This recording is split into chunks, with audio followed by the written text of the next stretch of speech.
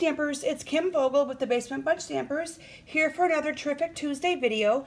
Today I'm going to share with you another neat gift giving idea and a great way to put a gift card into something unique rather than just putting it into a card and giving it to your special someone. So these are little gift card holders that I've made. These were a big hit at my craft show this last weekend. So I used the envelope punch board to make these, and it looks like a little Santa suit here with the little belt, and then this little belly band. I call it a belly band because it goes around the center here. These just slide right off.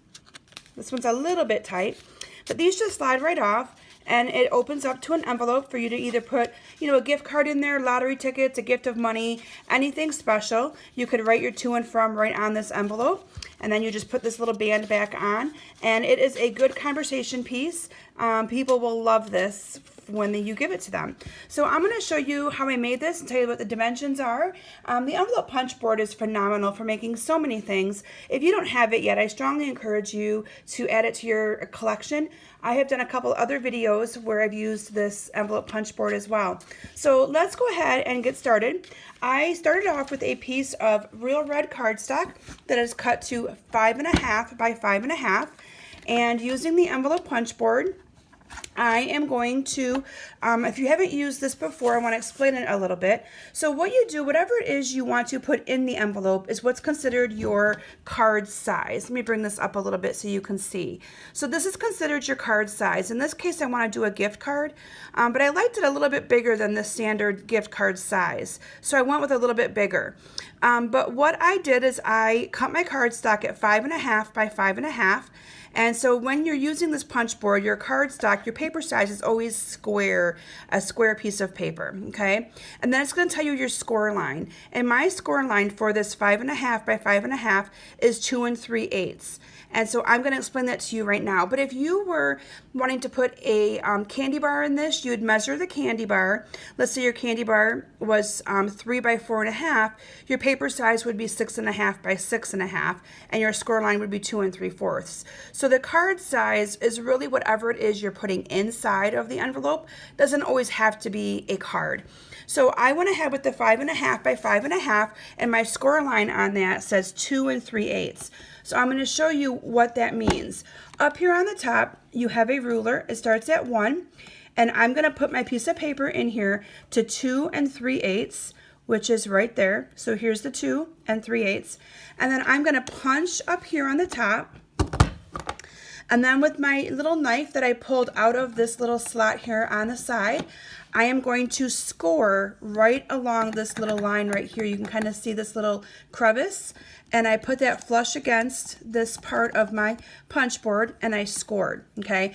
So that is what you use the score line for. That's what they call the score line. Once you do your first score, you do not need to use this anymore. From there, you're going to turn this to the left, and you're going to line up that line that you just made with this little score guide right here. I'm just going to line that right up, and then I'm going to punch, and I'm going to score again. Again, I'm going to rotate this to the left. I'm going to line that up.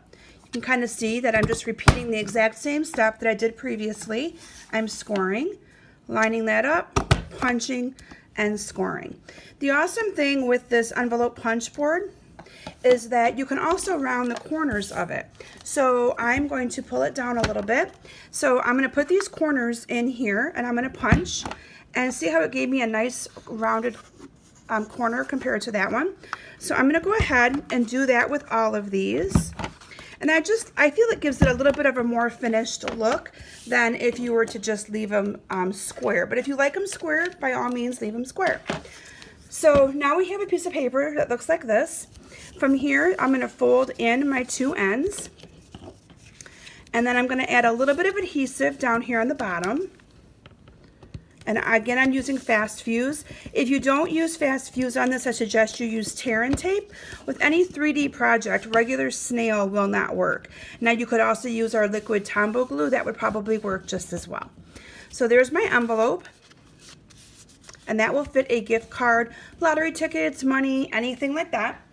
And then with my little belly band, let me bring my sample back in here so you can see it.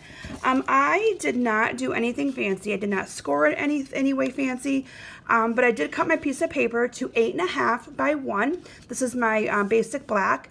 And I have to mention, look at how awesome my nails match this project today. That was not planned, by the way. It just happened to be that way on coincidence. But what you're going to do is you're just going to kind of eyeball where you have about the same amount of black on each side, all right? And then I'm just going to fold this over. And I'm not going to fold it really tight because I want this band to be able to lift off the way that I slid that other one off, okay? So I'm just going to kind of fold it like that. All right, and then I'm going to put some adhesive on this end, and I am just going to fold it over like so. And then because this is where the crease is, I wanted that crease in the middle because I want to cover that crease up. So instead of putting the crease to the back, I am putting that crease to the front, and you will see why here in just a second. So I'm putting the little belly band on my little gift card. A little crooked there, let me straighten it out. And then I've cut 2 squares with my paper trimmer in advance. This is 1 inch by 1 inch. This is 1 1/4 by 1 1/4. And then I'm going to be taking our glue dots to adhere this 1 inch square to the gold glimmer square. A lot of adhesives do not work with our glimmer paper, so I have found glue dots to be the best one to use. But doesn't that make it look like you've kind of cut that out of you've cut around like the gold or something? It's really neat how you're just layering it, and it looks totally different. And then I'm going to put a little bit of adhesive right on the center of this belly band, and I'm going to simply glue that square into the center. Make sure I get it centered good.